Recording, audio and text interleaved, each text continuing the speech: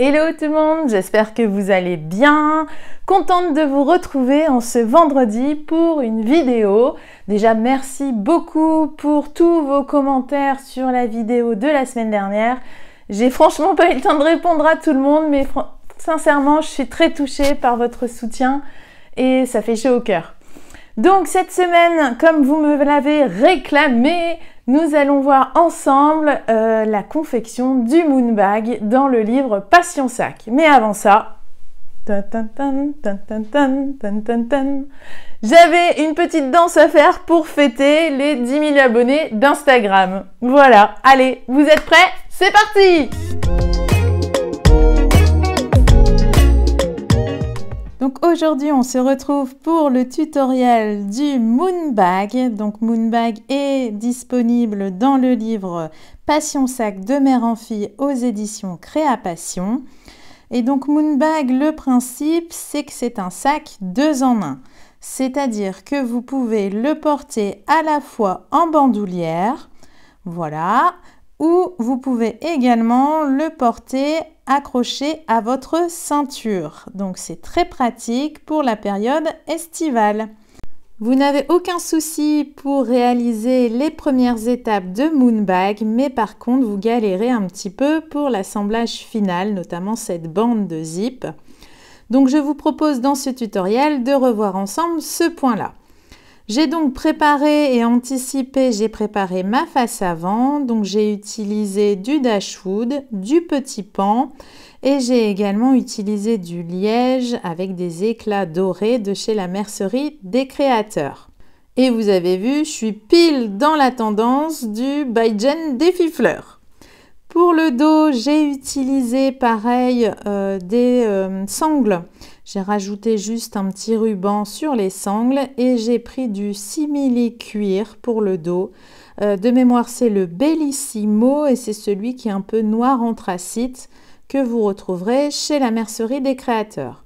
J'ai préparé également mes faces de doublure et j'ai intégré une petite poche zippée sur l'une des faces. Donc comme d'habitude, vous retrouverez l'intégralité des dimensions des pièces de ce patron dans ce livre Passion Sac, disponible dans toutes les bonnes librairies. J'en ai également sur mon site internet. Cette vidéo est donc un petit complément bonus que je vous offre pour réaliser Moon Bag. J'ai déjà découpé donc l'intégralité de mes pièces. Je vais essayer de vous proposer une variante. Donc on se retrouve ici à l'étape 22 du livre.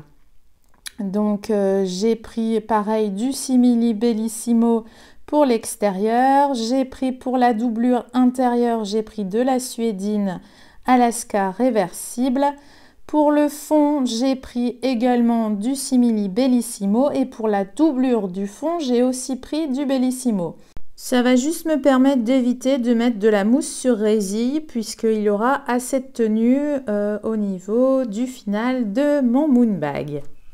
Donc j'ai réfléchi pour vous apporter un peu plus d'astuces et vous faciliter la confection de cette bande finale. J'ai également donc mon zip et j'ai aussi des chutes de simili cuir pailleté pour faire mes coins de zip.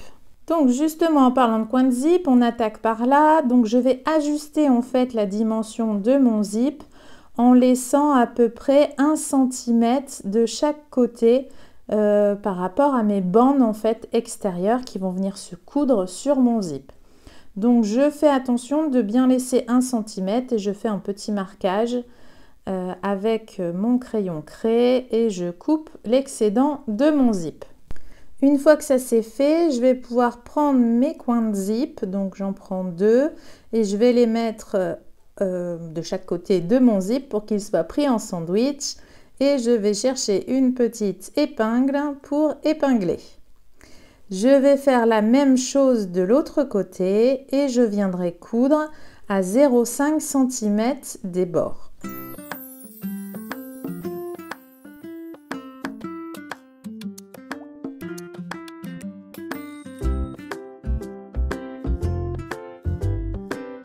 Une fois que ça c'est fait, je vais replier mes 2 morceaux de simili sur l'endroit et je vais faire une surpiqûre à 1 voire 2 mm des bords.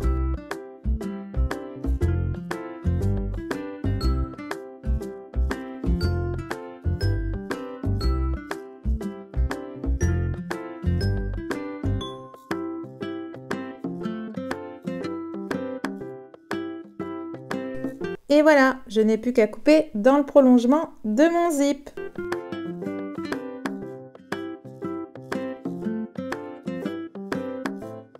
Je vais ajuster également la longueur en fait de mes coins de zip pour que ça corresponde bien à mes bandes extérieures en simili.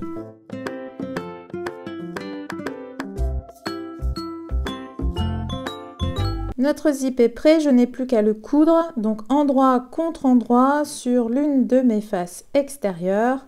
Donc je cherche toujours mes épingles. Donc là, endroit contre endroit, j'épingle bord à bord et je vais venir coudre à peu près à 1 cm du bord puisque là j'ai un zip assez large.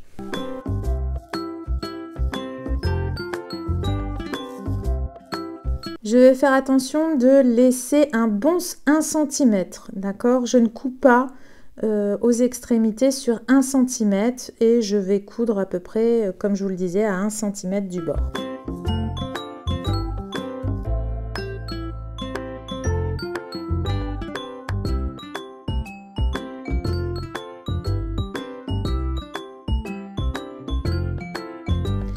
Et voilà, donc bien vous montrer, je n'ai pas cousu les extrémités, ok? Et là, pareil, des deux côtés. J'ai laissé un bon 1 cm de chaque côté. Maintenant, je vais prendre ma doublure en suédine que je vais positionner endroit contre l'endroit de ma face extérieure. J'épingle tout et je vais coudre la face en simili face à moi en suivant simplement ma précédente ligne de couture.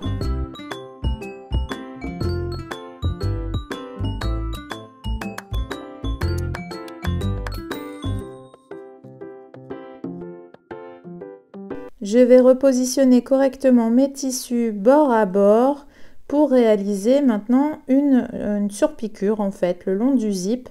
Donc toujours en ne cousant pas les 1 cm aux extrémités.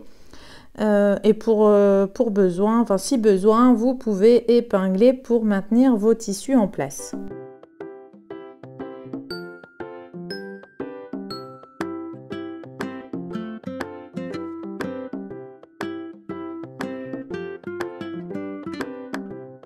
Voilà, maintenant je vais faire exactement la même chose de l'autre côté du zip.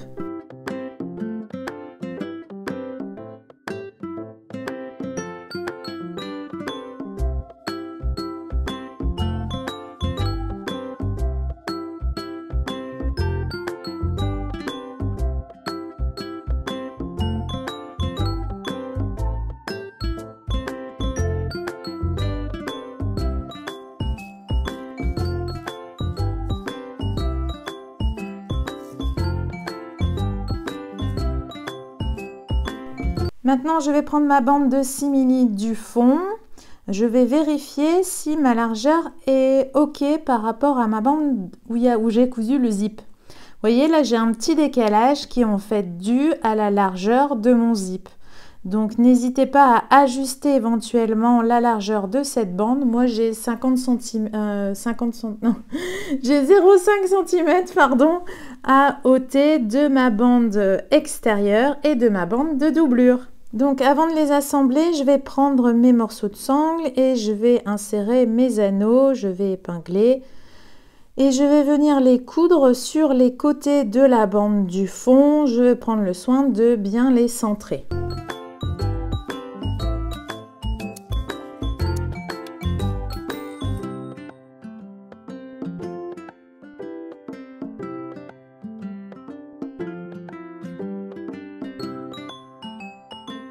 Je me positionne et je fais une couture renforcée, c'est-à-dire que je passe plusieurs fois sur mon morceau de sangle.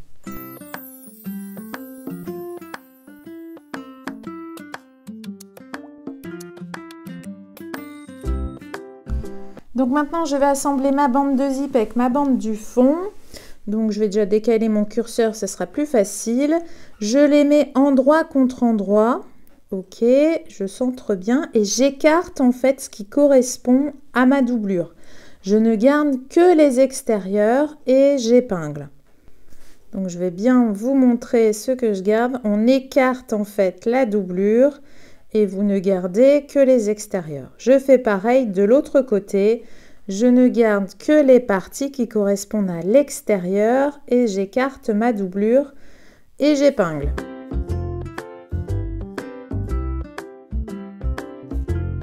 Et donc on va venir coudre ici à 1 cm du bord.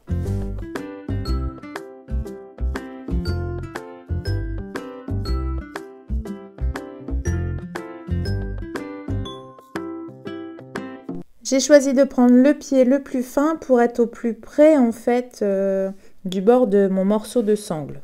J'y vais tout doucement, je prends le temps de bien appuyer sur mes tissus pour faciliter la montée, on va dire, d'épaisseur pour ma machine.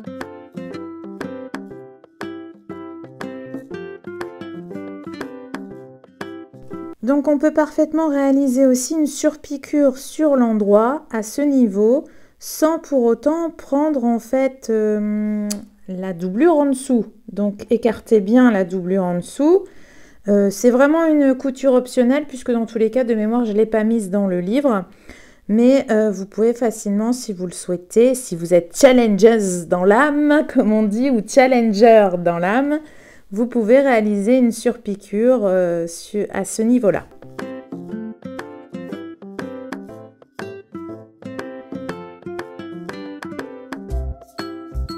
Et donc je refais la même chose de l'autre côté de mon zip.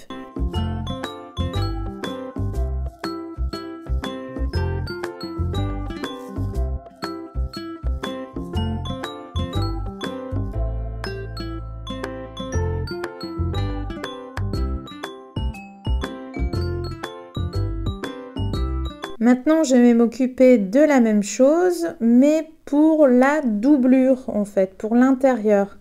Donc, pareil, je vais écarter. Donc là, je vais déjà couper un petit morceau de sangle, ça sera déjà un peu plus pratique. Et je vais prendre que mes parties de doublure que j'avais écartées précédemment pour les épingler à mon fond doublure. Et je fais pareil, je vais les coudre à 1 cm des bords.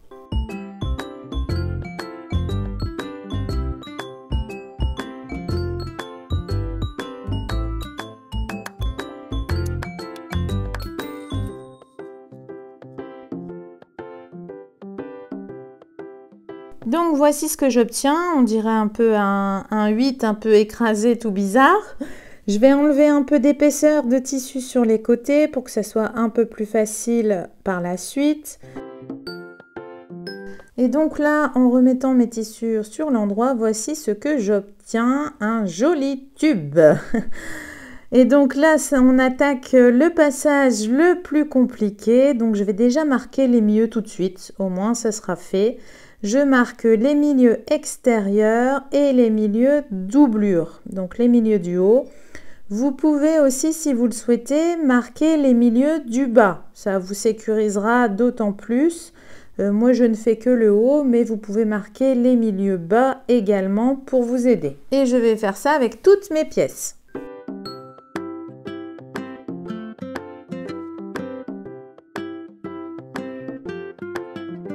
Maintenant que mes milieux sont marqués, je vais remettre sur l'envers ma bande centrale, ma bande de zip, ok. Et en fait, pour que ce soit plus facile, je vais peut-être utiliser la technique d'Hélène Dubreuil. Hélène, si tu passes par là, je te fais un petit coucou. Donc, on va commencer en fait par assembler les doublures. Donc, je fais attention de bien faire correspondre bord à bord. Le plus délicat, ça va être forcément d'épingler dans les arrondis. Donc prenez votre temps surtout. Moi qui ne suis pas épinglage, là franchement j'épingle.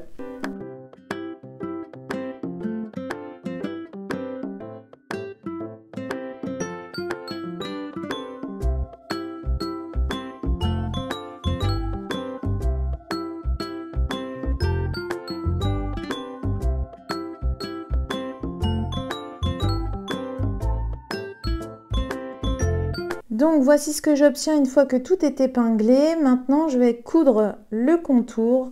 Donc là l'espace de couture est très réduit. C'est pour ça que vous avez du mal en fait parce que le moon bag n'est pas très épais. Je vous conseille fortement de prendre votre temps, Donc là, ma couture, je la fais à peu près à 1 cm. Elle doit correspondre à la largeur du passepoil que vous avez utilisé pour votre extérieur. Je vais prendre mon pied de biche classique et honnêtement, j'y vais mollo. Et si besoin, n'hésitez pas à reprendre votre couture une fois que vous l'avez terminée dans les endroits où ça ne vous plaît pas.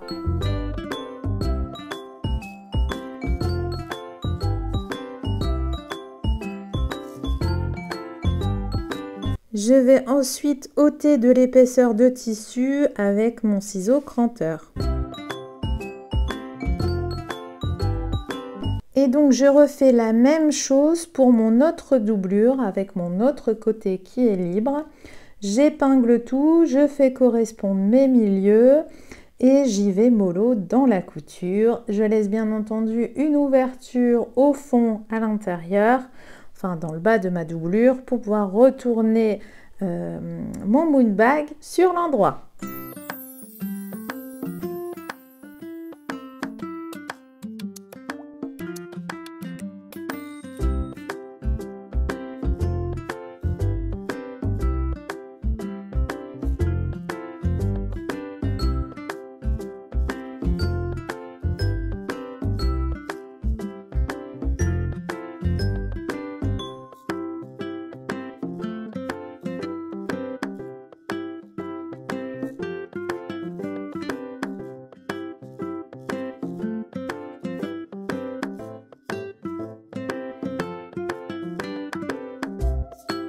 Et voilà, notre doublure est assemblée, donc ça c'est fait. Maintenant, on va s'occuper des faces extérieures selon la même technique. Donc, je retourne bien sur l'envers ma bande de contour. Je fais attention de bien mettre le fond, enfin le dos de mon sac face à la doublure avec la poche zippée. Je vais y arriver. Et la rebelote, je réépingle tout. L'avantage c'est que avec l'extérieur, je n'aurai qu'à suivre ma ligne de couture du passepoil. Ça sera un petit peu plus facile.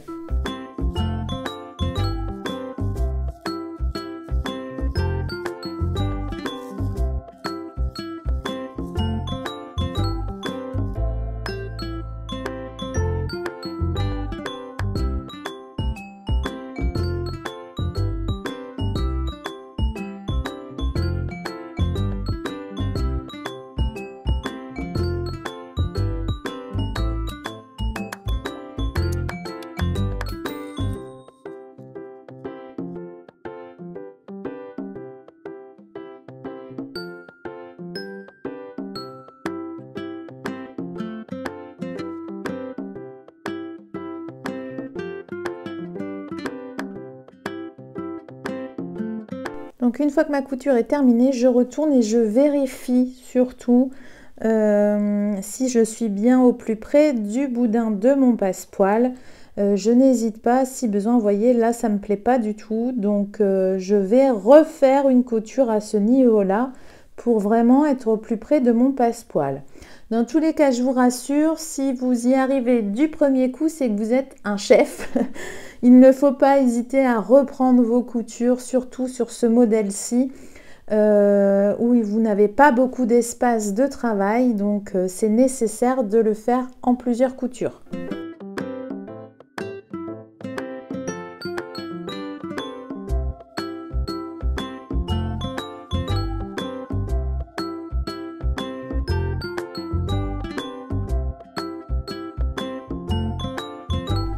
Voilà, donc là, ça me plaît déjà un peu plus et même beaucoup mieux.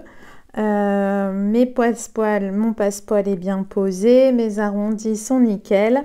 Ben maintenant, on passe à la face devant où on va faire exactement la même chose. On va épingler.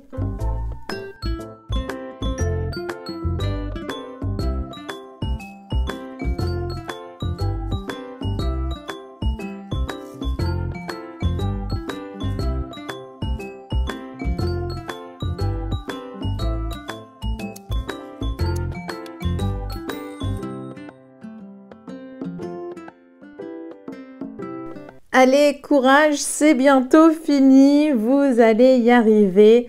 N'hésitez pas surtout à adapter le choix de vos tissus aux capacités de votre machine. Ce modèle est quand même un modèle 4 étoiles, c'est un modèle assez ardu. Donc, n'hésitez pas à vous faciliter la vie et à bien réfléchir aux matières utilisées, éventuellement à entoiler des cotons assez épais.